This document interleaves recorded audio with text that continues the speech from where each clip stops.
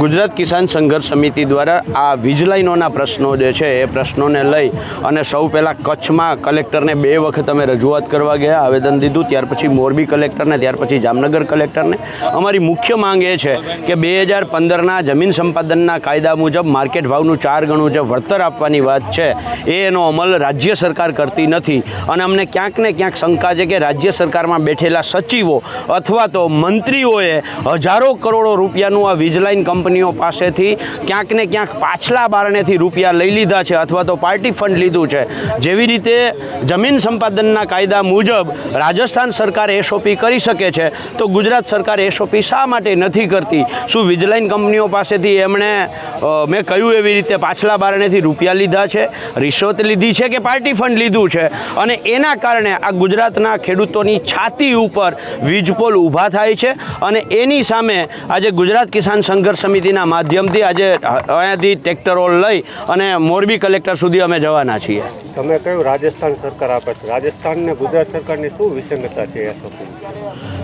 જેવી રીતે 2013નો જમીન સંપાદનના કાયદામાં માર્કેટ ભાવના 4 ગણું વળતર આપવાની વાત છે, એવી રીતે રાજસ્થાન સરકારે એ એસઓપી કરી દીધી છે. ગુજરાત સરકાર છે એ જંત્રી ભાવે ખેડૂતોને વળતર આપવાની વાત કરે છે. અને માત્ર રાજસ્થાન અને ગુજરાત સરકાર વચ્ચે વિસંગતતા નથી, ગુજરાતમાં આંતરિક વિસંગતતા છે.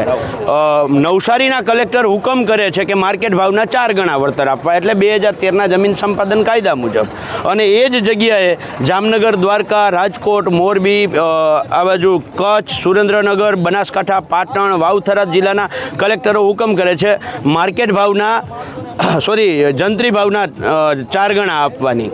તો દક્ષિણ ગુજરાતની અંદર માર્કેટ ભાવના 4 ગણા વળતર આપવામાં આવે અને સૌરાષ્ટ્ર, ઉત્તર ગુજરાત, મધ્ય ગુજરાતમાં માત્ર જંત્રી ભાવે વળતર આપવામાં આવે. એટલે ગુજરાતની અંદર એ વિસંગતતા છે.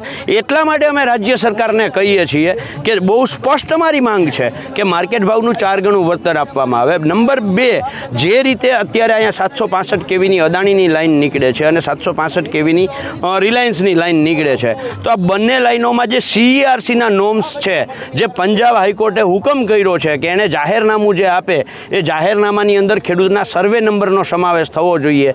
આ લોકોએ ગામોના નામે જાહેરનામા આપ્યા છે, તો એ મુજબ જે નોર્મ્સનું પાલન કરવું જોઈએ, આ પાલન જ નથી કર્યું. પહેલાં તો કલેક્ટરોને અમે કહેવા માગીએ છીએ, સરકારને કહેવા માગીએ છીએ કે આ કંપનીઓવાળા તમારા કંઈ જમાઈઓ છે, એને નોર્મ્સનું પાલન નથી કર્યું, તેમ છતાં એમને પોલીસ પ્રોટેક્શન મળે છે.